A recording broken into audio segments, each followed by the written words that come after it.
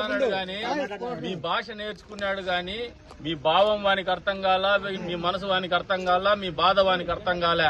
మీ భాష నేర్చుకుని మిమ్మల్ని మోసం చేసి వాడు బతికేస్తాను, నేను కూడా సుఖాలు ఉండి అన్నట్లు చెప్పేసుకుంటున్నాడు.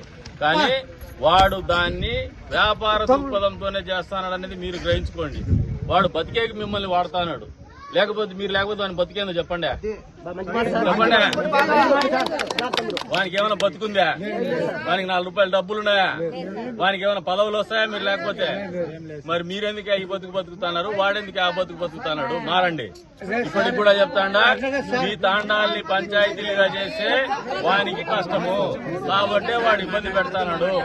100కు 100% మా వాళ్ళు కూడా ఎవరన్నా లోపాయికారు ఒప్పందాలు ఉండి వానితో సంబంధాలు పెట్టుకునే తొక్కేస్తాం వాళ్ళని కూడా.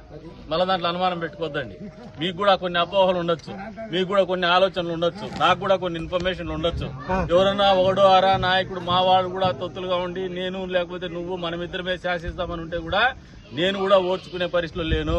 ఖచ్చితంగా తాండాల్లో, ఈ తాండాలే కాదు ఈ నియోజకవర్గంలో ఉన్న ప్రతి తాండాలో కూడా తాండాకు చెందినటువంటి గిరిజన యువకులకు యువతులకే నాయకత్వ బాధ్యతలు భవిష్యత్తులో తెలుగుదేశం పార్టీ ఇచ్చి తీరుతాన్ని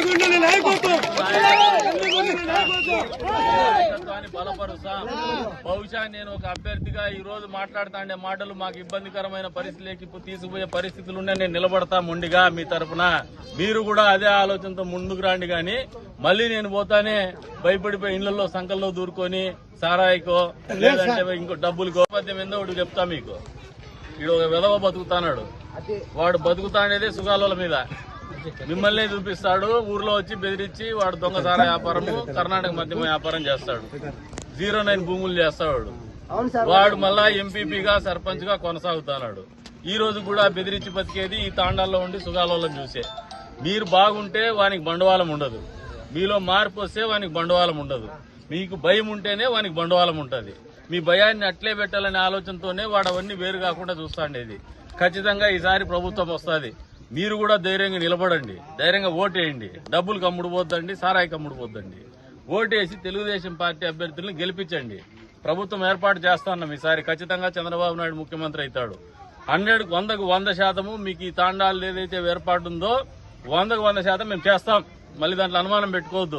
ఎందుకంటే మానవ నాయకత్వం రాళ్ళ